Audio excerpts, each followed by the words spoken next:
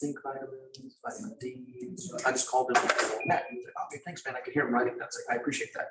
I'm like, no problem, dude. I feel better. He's like, yeah, man, thanks. I'll have my mom get me these. That's the last time I heard from him the next day. He didn't call me. No, I think too. I 100% believe that. Who was in that office? Was it you, Parker? That's why we wiped it down, because before all of that, he was showing signs of COVID and we kept telling him like, hey, dude, go get tested, or like, don't be in the office. It was like, oh, okay. Because we were the ones who were telling him to get out first. We were like, dude, get out of here.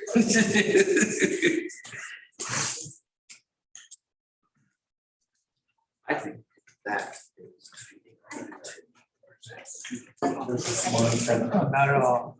Right. 'Cause Granted, when I talked to him, he didn't sound, I mean, he did sound bad. Not bad as other people I've talked to. I had a guy that was at the golf course that I worked at. He's been at the golf course with like, guys, guy, Thursday guy.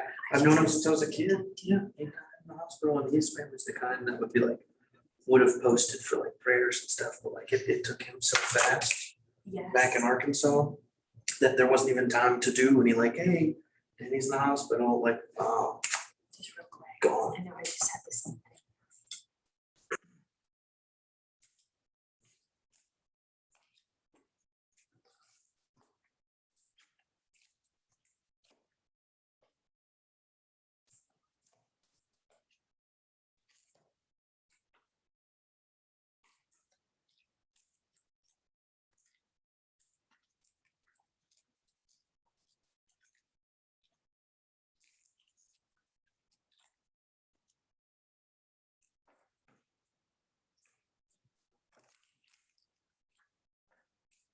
I think I would.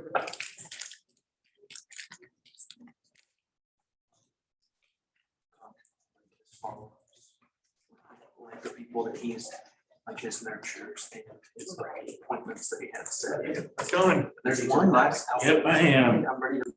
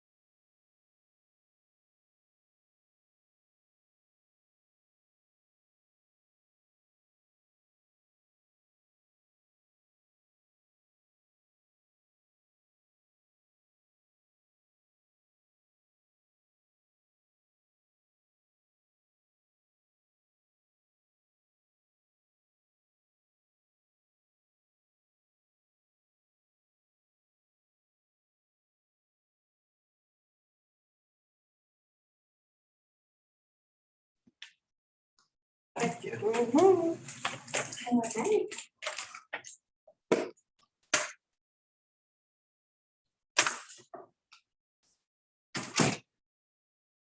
Well, welcome everyone. Nice to see some irregular faces and new faces actually. So if you haven't met me before, my name is Eddie Graz. I'm Director of Technology and Communications. I actually added a little bit more to my title recently, so I just like more words. So today we're doing something that is actually first time for me to teach this class, but it's something that's very important for you guys, which is a Cloud CMA. Has anyone ever used Cloud CMA before? Very, very good. I would recommend that anyone that hasn't used it to use it. It's a great tool to use during your listing presentations and for anyone that needs to know the market value of their home, and you produce a beautiful report for them. Now, Cloud CMA doesn't only do CMAs, it does other things like property flyers. It does a buyer presentation so that when you are actually showing them homes, you can actually print out this beautiful presentation for them too. And it has a lot of information for them. Reason it has all this information in there is because the best way for someone to choose to want to work with you is by you being the provider of all the information that they love to research on. It's actually has been pretty much studied recently that no one is looking for a realtor, they're looking for someone that gives them information. Because everyone now wants to research as much as they can before they make a decision. We all do it in our regular lives, and we're kind of doing it now where anytime some breaking news, we have to go out and Google it first and decide on our own what the real information is. So we are all a little bit of an expert. These are just like our clients today. They think that they are experts, you know. We love that they love HGTV, but at the same time, we're like, why? Why? I always love, even those shows on other channels like Bravo, $1 Million Listing, all scripted, none of it's real. And I always tell this in my some of my classes. How do you know it's not real? If you ever watched New York, there's a agent on there, the last name Gold, and in the opening credits goes, "I'm a realtor." Really? Really, you're a realtor? Yeah, really tore that up. So let's go up and get going right here on Cloud CMA. So I wanted to get you also this. Has anyone ever done an adjustment class? You know what adjustments are in CMA? So I would recommend taking adjustment class, but I'm going to, actually, I'm just going to make it easier for all of us here. I'll just divide this in half here. But for you, go. This is an adjustment matrix right here. It's a basic one, but when you are doing a CMA, there are times where you have to do adjustments to the home to make it accurate, especially if you are working in a neighborhood where it's not a cookie cutter neighborhood. You're kind of familiar with some of these cookie cutter neighborhoods up here north. Almost every home kind of has the same build out and the same quality. But when you start getting a little bit more south and you start going to places where people have remodeled or added on rooms, homes aren't equal on the same block. So you have to do some adjustments as you go along there. But let's go ahead and get started. And for today, I'm going to do the process of how I normally do a CMA, so you can see exactly what I do when I conduct one myself. First step is always to go into Netris and go into Matrix here. Now, when you are doing, and I'm going to bring up a subject. Actually, I'm going to do the home that I have put my seller under contract just yesterday on this one here. So this is the home that I'm going to be doing a CMA. It's 1320 Daisy Corner Drive, Salina, in the development of Liliana. So I want to do a CMA for this. And why would you do a CMA? Anyone? Give me some reasons why you would do a CMA. Fair prices in the neighborhood. So when, for a listing presentation, we kind of talked about that one too. Also, you're doing one for yourself when you're trying to establish the price of the home when you're going to go to that listing presentation, because you want to know the value of the home. You would also do a CMA if you are working with a buyer and they tell you, is this a good price for a home? You need to do a CMA there for your own judgment and telling them that, is this a good price that they're going to pay on the home, or are they going to pay over or less? You know, now everyone's paying over, but still, it's great. So this home right here in Liliana, once I pull up my subject home, I go up and I duplicate up there on top. And now I bring in the quick search of Matrix. Now, first step when you're doing a CMA is you want to pick the area. The area itself, the first choice should always be the subdivision. And put that in, and you guys always know you put a little star on the end of it to pull in anyone's there. That's your first, when you're picking the area, is pick the development, because the development is going to have the most number of homes that are comparable. And when you do that, you want to pick your actives, your active option, pending, and your sold. And put them in there. And then you want to see the number right there. It's already 30 right there. Now, if you didn't get enough homes that are going to match, and we still haven't gone through them yet to really discover that, that's when you start going into the map feature. And instead of picking the development, that's where you take the pinpoint of that and you use your radius and go out to a half mile. That's if you did the next step. If you could not do that development and you need to go into the radius, that's when you go to half mile. And if then still you cannot find enough homes, that's when you go out to 1 mile. But you never go past 1 mile unless it's a very, very unique home. You never go past 1 mile. But since Liliana is going to give me the option of, I know that I'm going to get enough comparables in just using the development, I'm going to stick to just the development itself. So keeping it at Liliana right there is subdevelopment. The next thing that I need to do is the square footage.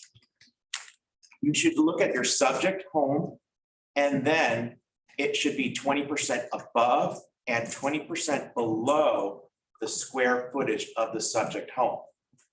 So looking at the subject home, this one is 3,031 square feet.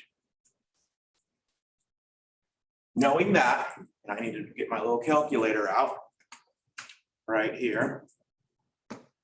I know that 20% is 606 square feet. So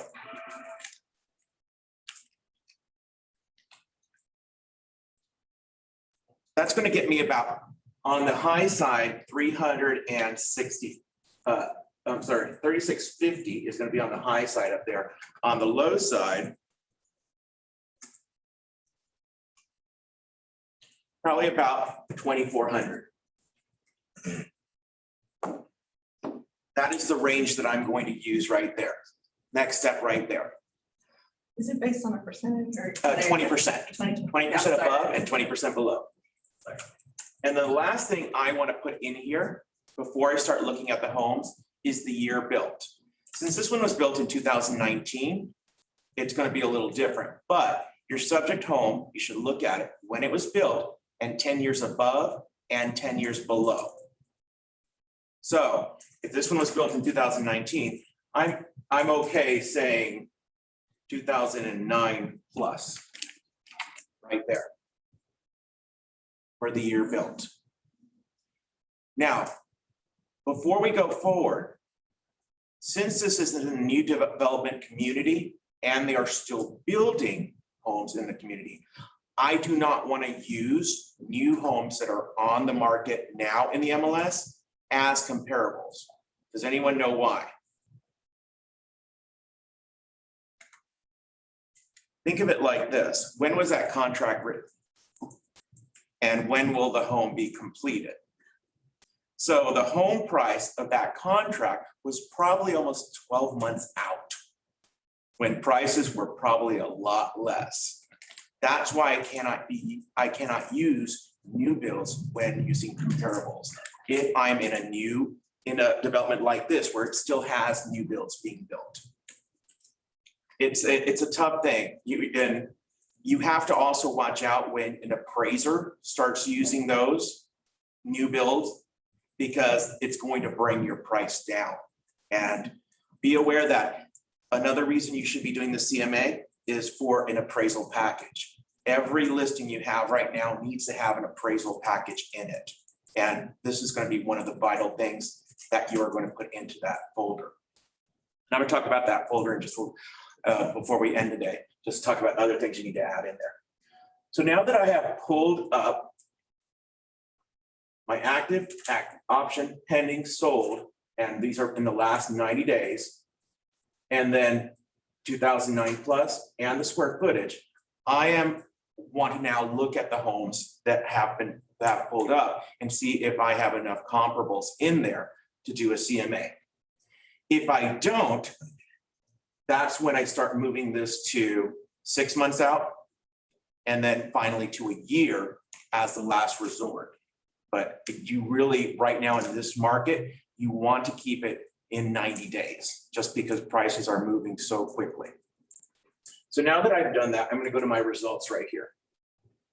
And I'm gonna do a little quicker than I normally would, because I want to actually spend some time looking at all the comparables and really the detail of whether they are truly a match in build out.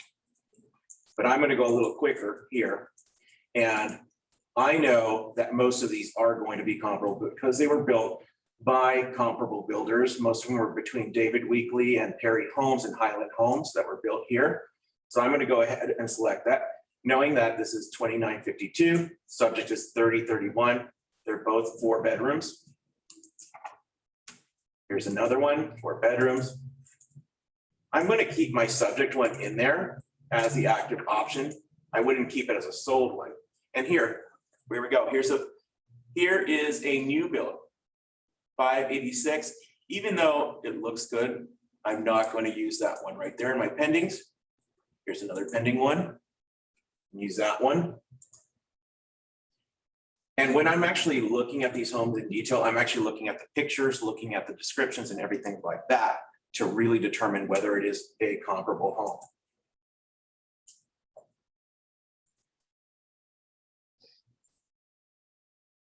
Here's new builds. I'm not going to use those. And now I have a few sold ones. These are the really ones I want to pay attention to details on. I haven't clicked on ones yet. Okay. I am going to definitely pick this one right here.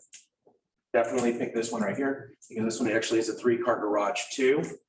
The subject one is a 3-car garage. Now I have to pick a third one, whether it's going to be this one right here or this one right here on the high side. And in my estimation, I'm going to look at the pictures here real quickly.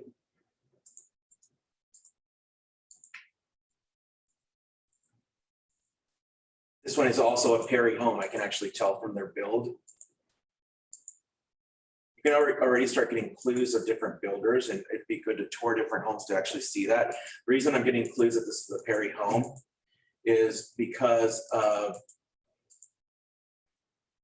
the floor tile that they use throughout the homes. That's what their product now is. All the homes have the ceramic wood tile. So I'm going to go ahead and choose this one as my last one here. And if I go back to my single line, what I'm looking for is that I have 3 actives, 3 pendings, and 3 solds. And I actually achieved that right there. Now, if I didn't have that, that's when I start making the adjustments in regards to the going out of the development and then putting it out to half a mile. And then maybe going to a mile also.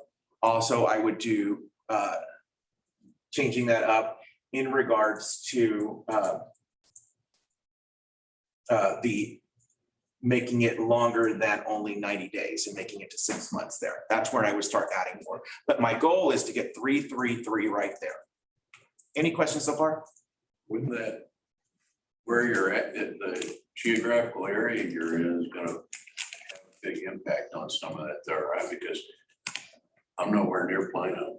And so by the time I get out in Delta County, you know, there's trying to find what you just described, it can be really difficult. Yeah, that is, Especially if you restrict it to a mile, you know, and there's houses that are not even a mile close to each other. yeah, so there are caveats, and that's a good one there. When you are in a very rural area, that's when you do have to sometimes go break the rule of the appraiser that is a mile out, because there is not enough homes within a mile, especially if a property is actually built on large acreages. That's where you do have to start sometimes break those rules. and you have to go farther out there. But if you are here in this general area, do not break that rule. Make sure to do that. And then because in more rural areas, homes are a little bit more custom, you have to look for the build of the home to really determine whether it is a comparable one there.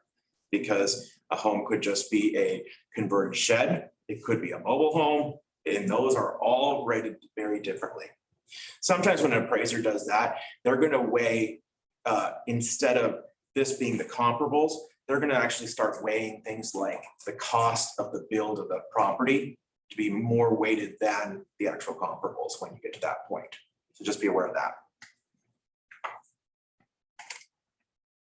So now we've done that. The first step before we get to do the cloud CMA, which is right down here, you can see it already, see it peeking out, is I want to do a quick CMA first. And that's for me to look at the raw numbers of all the homes here. And just making sure that I really did pick things that are comparable. And this is a good thing to actually give to your appraiser too, but be leery of giving this to your clients because this needs to be interpreted by a professional to see these numbers on here. Because has everyone all seen a quick CMA? You probably all have seen it. You know, do not give this to your clients. They are going to take this and run with it. You really need to have that cloud CMA to give to them. But here I can see exactly, all of them are 4 bedrooms. I like that. I really do like that because I will not have to make adjustments on bedroom counts. That's one of the things on this is bedroom counts. It is one of the things that are the big adjustments. Another thing that we'll have to take a look at is bathrooms too. If they have a half bath, a full bath, that's another thing that I will need to make adjustments on right there. Garage spaces too. Garage adds a lot of value, especially if you're a 3-car garage. That's going to be another adjustments we're going to have to make. And looking further down, you can actually see what the sold price, list price, and then days on market are on there. So now let's go ahead and start doing our cloud CMA.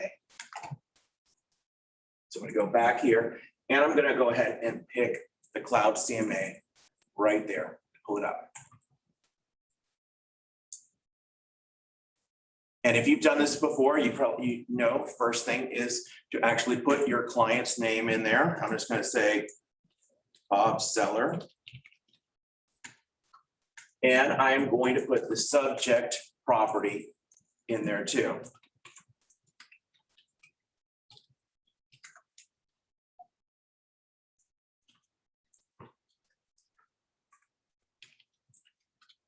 Pulls up. Normally it will pull up, but we're going to just keep going until.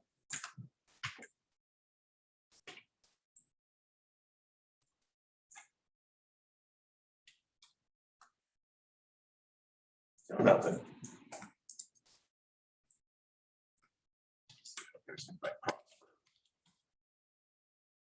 Okay. We're just going to have to do it manually then. Sometimes if you get to this point right here, it will actually pull up the property and then it will actually fill in the bedroom count for you automatically. Residential, and I can also put in a photo of the home as for the cover page of this report. And you'll see down here, already the properties that I have selected are already listed on there. So I'm going to go ahead and hit fetch listings. I like the word fetch. Now we are going to pull up all the properties that we have added to this report. And we need to start making those adjustments right there.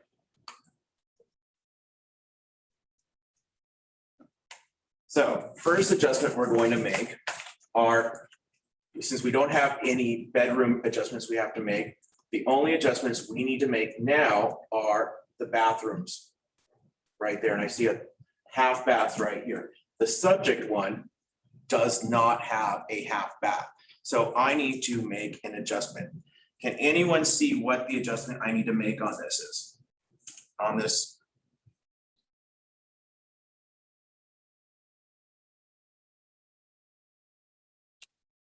I'll get you a copy for the, There's extra on the table. Oh, okay. Eddie, can you tell me how to get to this spot? I missed it. oh, What's the I'll- step? all I did was we were on the criteria, which was the property here. And then I hit the little button right there that said at first fetch listings, but now it's update listings.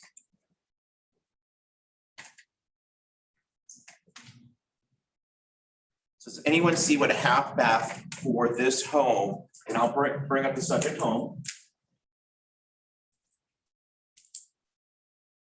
What that would be on this matrix. The adjustment would be 2,500 to 5,000. Yep. It would be.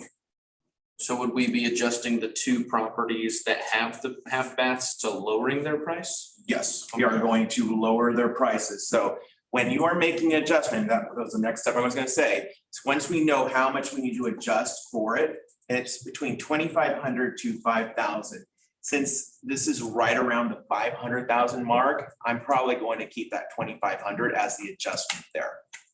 So what I do for that is I go to the property that has the half bath, like this one right here. I come down to details and adjustments. There's the home. And I put in name of it, half bath. And I will put a negative 2,500 to take value away from this home because it has a half bath. And then I hit save. There you go. Does everyone understand what I just did there? You're taking value away from a home because it has the half bath. So what, in essence, what I'm doing is like, if it was the actual home, I'm taking the half bath out of it to show what the price would be without that half bath. That's what I'm doing. So I'm gonna go to the other one that's in here. And I'm gonna do that same adjustment.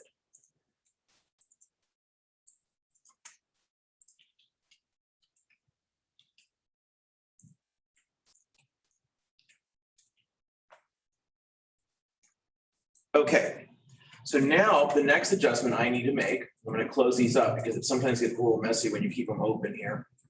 So do we base the adjustment off of the home in question, not the home that we're adjusting?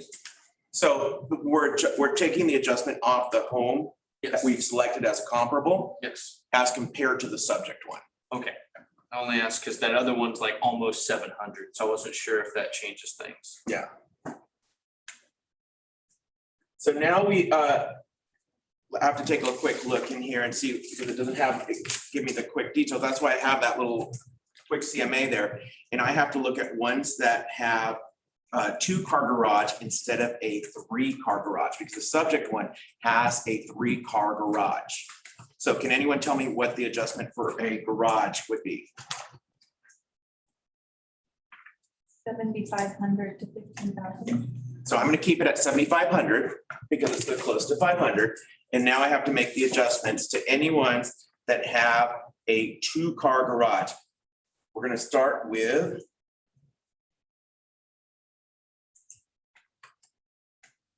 none of the sold ones need to be adjusted. Look at the pending ones. None of the pendings need to be adjusted. So it's only the active ones. This one here, I'm going to now garage space. And will I do a negative or a positive here? Positive, yes, because now I'm adding a 3rd car space into that property. Save. I'm gonna close this up again just to make it easier for me. And I'm gonna do the same thing here.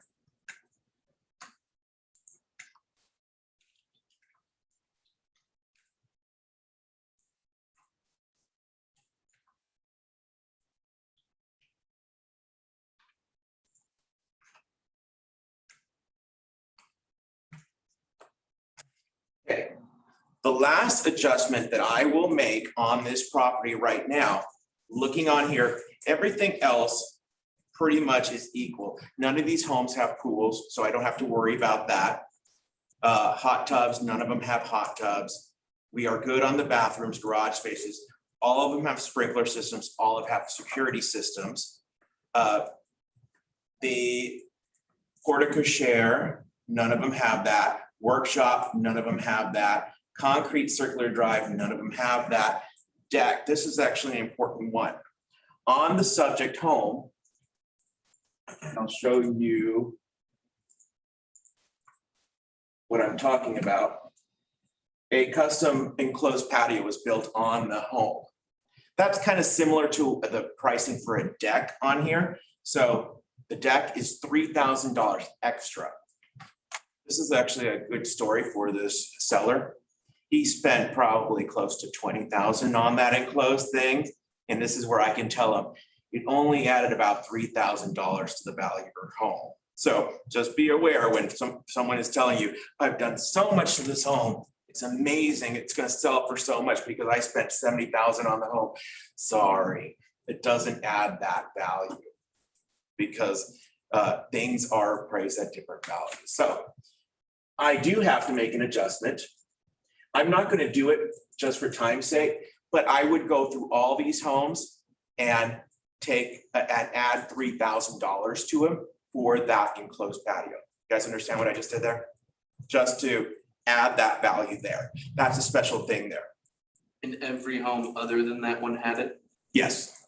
All of them have they didn't have the enclosed, they have just the regular patio that comes out.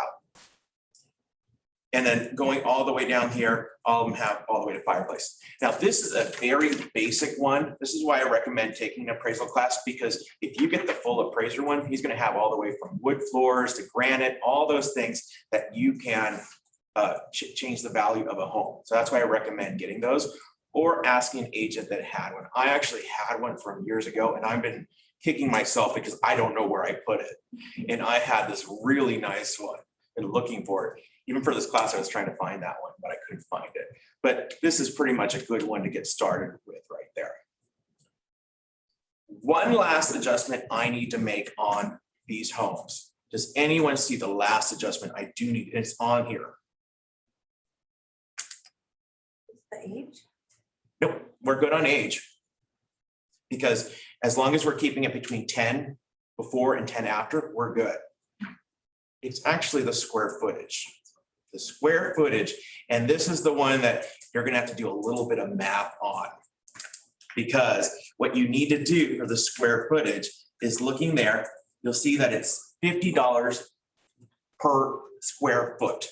So what I need to do for each of the homes is, since the subject one is 3,031 and this one is 2,710, I would then subtract 3031 from 2,710 and then times it by 50.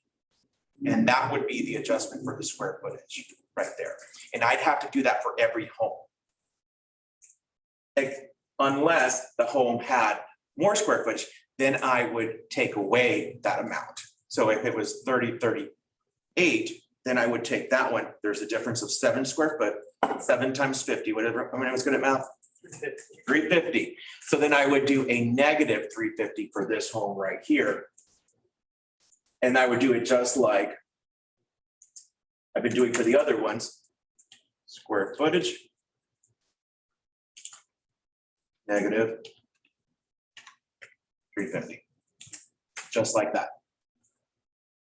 That is the last adjustment you do. After you've gone through everything else, that's the last adjustment you do for square footage.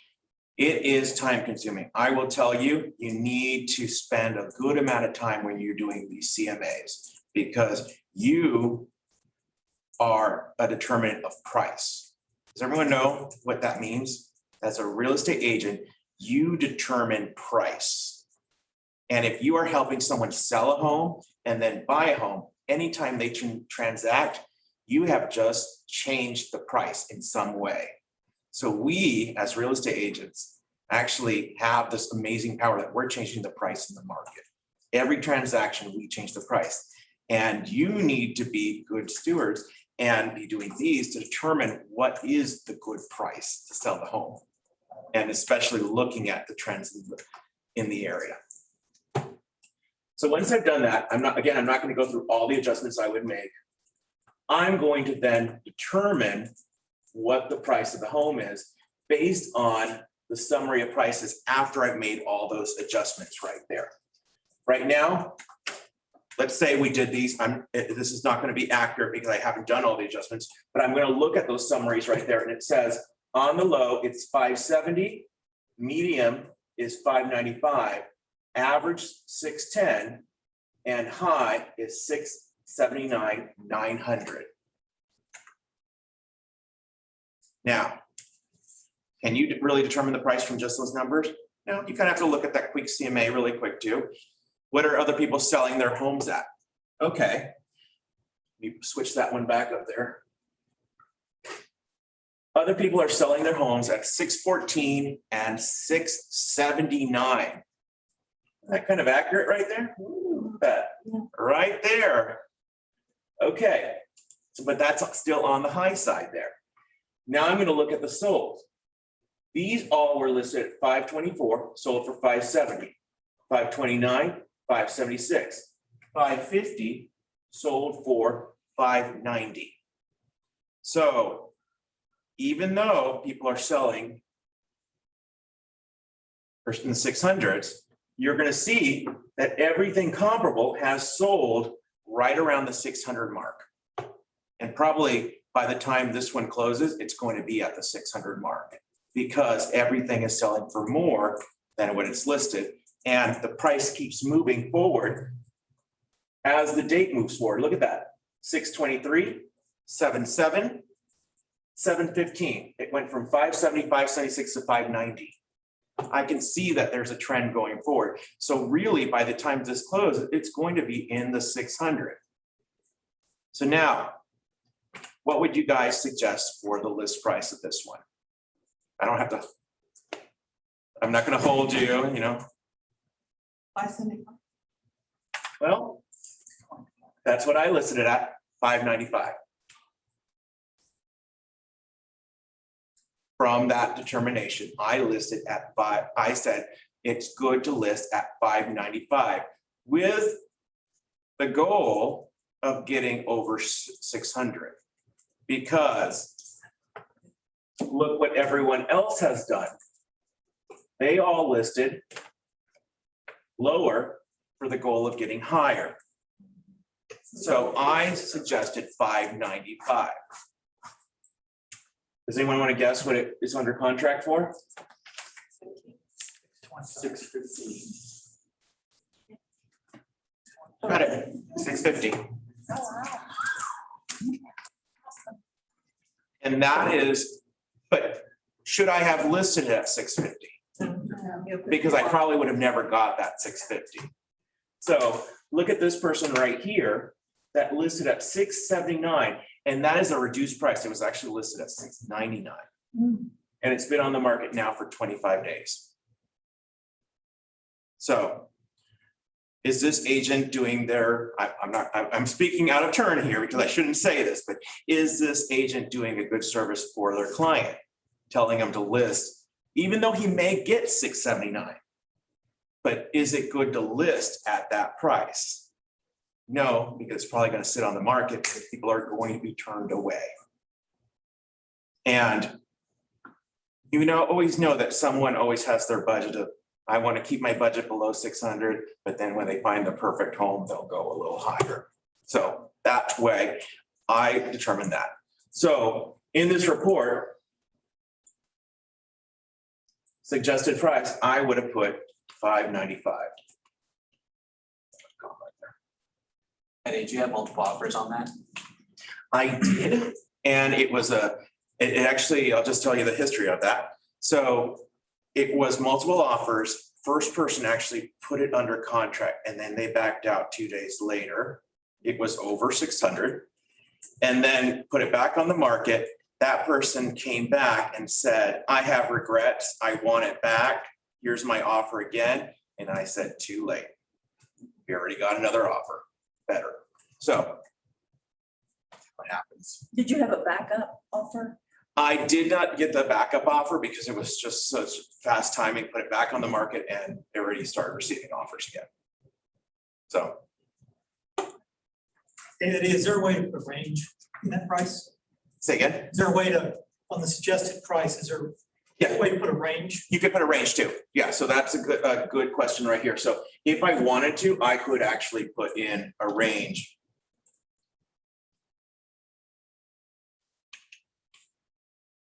The only thing I tell you about putting ranges in, if you give this to a seller, the range is $595 to $615. What are they gonna say? Let's do 615. Yes. So ranges are kind of, yes, you can give them a range, but they're always going to say, well, let's list at 615. So you are the best determinant of the price. Where should we list it? I told him we need to be at 595 because we're going to catch the people at the high side of 500 and then anyone in the 600s.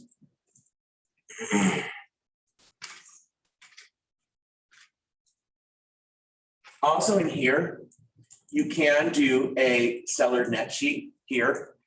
I personally don't like this seller net sheet. I always, my preferred title is Capital and they have a great tool that where you can easily punch it in and they do a much better job of doing the seller net sheet there than doing it here. So I would just say, do that one through Capital, have a PDF and you just slip it into the package. Or whatever your preferred title company. I don't want to tell you about title, but Vicki Pierce is really good over here. And if you're working in Dallas, Heather Webster. Okay, so now that I've got to this point right here, I've done all my adjustments, I've determined the price. Now what I'm gonna do is go to customize report.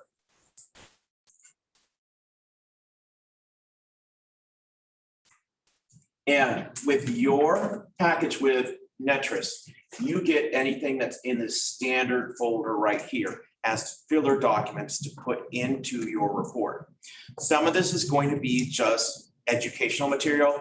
Some of it is going to be statistics and graphs and all these things that you can put into it. If you were to become a premium member, which I don't do that, you can get all these other tools in here too. I think this is good enough right here. So in the introduction, I can put an agent resume and I can edit it. Great thing to put in there about what you do for them. You can also do what is called this Tightly report. Let me show you a little preview of it. Oh, it's not going to show me a preview, but there is a report you can do in there, a Tightly report. And then you also have the things that are already in here already, like the title page, your cover letter. Let me show you the title page. No, it's actually just switching. So this is your letter right here. You can change it any which way. About our company, it's already pre-programmed with Keller Williams in there, so you don't have to make any changes in there. If you wanted to, you could, but Keller Williams has already put in there all their information in there. You could put about your team if you want to put about your team if you're on a team. Already has what's the CMA, maps of listing, summary of comparable properties, a listing chapter, listing details, photos, more photos, the adjustments on here, the analysis chapter, comparable property statistics, sold property analysis, suggested list price, seller net sheet. If I wanted to put that one, I'm going to take it out because I'm not putting that one on. You see how I took that out right there. Closing chapter, commissions, intelligent pricing and timing, staging your home, open checklist, moving checklist, features that sell, listing paperwork overview, guidance chapter, the value of your home. Woo, contact me. Why is that all in there? Are they probably going to read it? No. But it's showing that you are doing your due diligence and giving them every single piece of information about selling a home. Everything from intelligent pricing to what sells when you are staging your home and everything like that. So you're showing that you are a professional. And there's still more stuff in here too, like online valuation analysis, seller net sheet. We took that one off. The closing, a marketing action plan. If you want to have a marketing action plan that you want to insert in there, you can put that in there, or you can have it as a separate document. Why you need a real estate agent. This is a good one for if you're ever working with a sell by owner. You can put that in there. Why you need a real estate agent. testimonial chapters. You can actually put your reviews in there. Some of them are pre-populated reviews. If you use like Real Satisfied and Rated Agent, it'll actually do the pre-populated ones. And then you can actually put in any custom PDFs that you want to put in there too. And once you have decided all that, you can change what theme, layouts, cover sheet you want, anything like that. But I'm gonna go ahead and just publish a report so you can see what it looks like. It's working on it right now.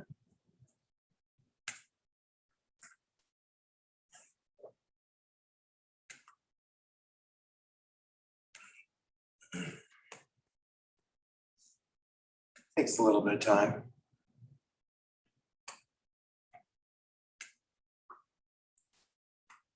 But I'll show you once it does actually publish there. You can email the report directly from here. You can actually copy the PDF link. And also there is a live website that they actually build for you too. I'll show you the live website right here as it still builds. So this is a live website that is the comparable market analysis for this property.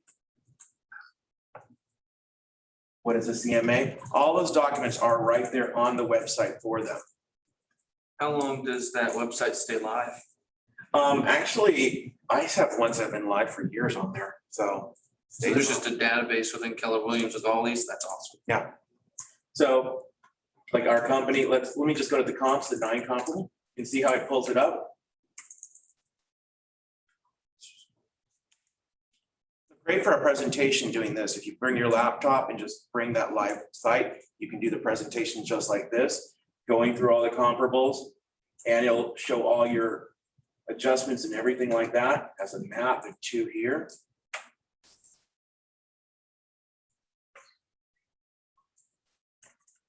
What button did you click to see that? Is that just the view live? Yes, you like. And then that link, you can actually also send it out on an email with the actual PDF too. Let's look at the PDF though. It's already been built here. Here's the PDF. So that's why you want to put that cover shot there so it doesn't roll up the map there, the Google map. But you can see, here's my letter about Keller Williams. What is a CMA? The map with all the listings, sold properties with the adjustments. Do we have to do something so it populates our signature at the bottom, or does it do what it says? You mean your picture right there? Just in the profile, you want to put your information in the profile.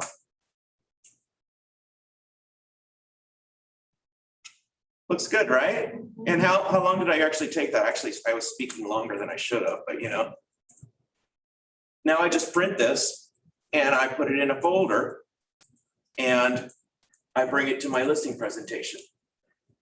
And then I can also provide them with the link to the website there. Shows that I really am caring about wanting to sell their home, that I've done all this work. Now let's talk about the appraisal package. I promised you I was going to talk about the appraisal package here. So what do you need to include in an appraisal package? First thing you need to include is the full contract. The appraiser sometimes only gets the first couple pages of the contract. So you need to print out the full contract with all the details on there. You also want to include the seller's disclosure, because that has vital information that they are looking for, and sometimes they're not provided that. If it's multiple offers, you also want to print out the first page of every offer. And then include a cover sheet that says multiple offers and has all of them listed on there too with the cover sheet. You want to have the quick CMA, this one right here. And you want to do the cloud CMA, just take out all the educational stuff because they don't care about the education stuff. Just the numbers and statistics, put the cloud CMA with just the numbers and statistics on there. And I always recommend, you put a little cover sheet that says 1320 Daisy Corner presented by Eddie Grass, appraisal package to the name of the appraiser, shows that you're caring, and then a list of everything inside of that folder. Once you have that folder, and make sure you do this just probably a couple days before the appraisal, because it shows that you're actually looking at the most recent numbers. Take that folder, open it up, and leave it on the kitchen counter. You do that as a listing agent? Mhm. You do it for a buyer Mhm. also? I guess the only thing you would do that you wouldn't include for a buyer would be the first page of offers. Yes, I would include the first page of offers, but if I'm not gonna trust the other agent to do that. I wanna make sure, especially if my buyer is on the hook for an appraisal waiver, I'm gonna make sure that I'm taking care of that and putting that on there, because I don't want them to come up short and have out of pocket. So make sure to do that. And everyone that I have done that so far have always appraised. I have not had a shortage. You include a list of upgrades if it's an older home? Yes, also, one thing also, like this home right here. And I would recommend you do this for any listing too, before you do it. Let me show you this. I put it in the documents inside of the MLS.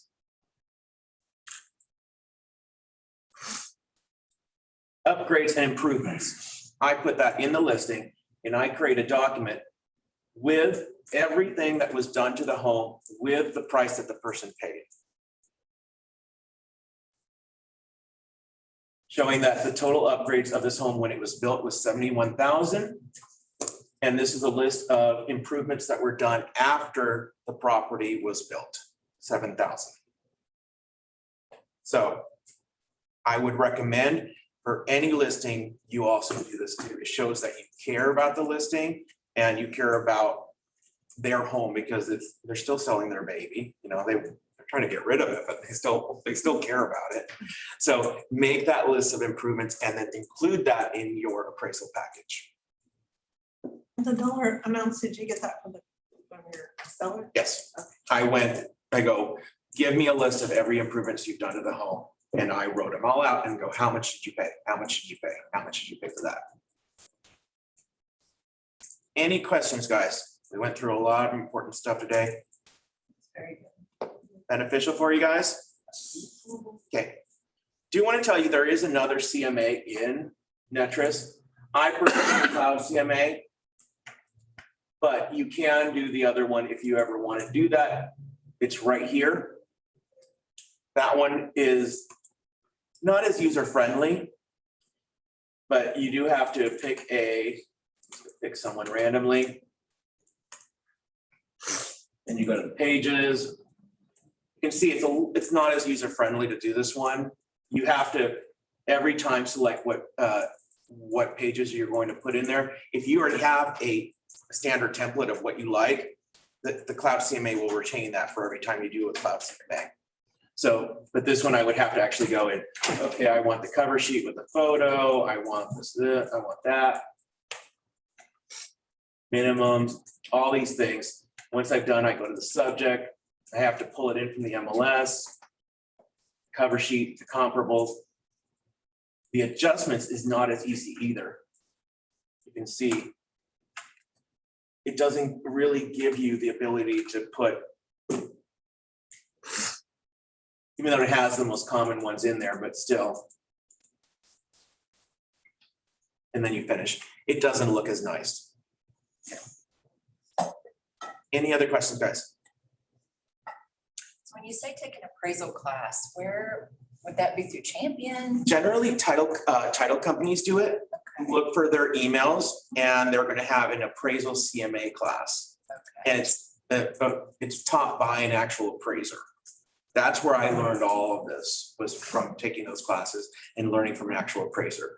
Because yeah, you can value a home based upon market value, but are you doing your clients a disservice? You want to do the valuation based upon what an appraiser will do, so that you can be realistic to them.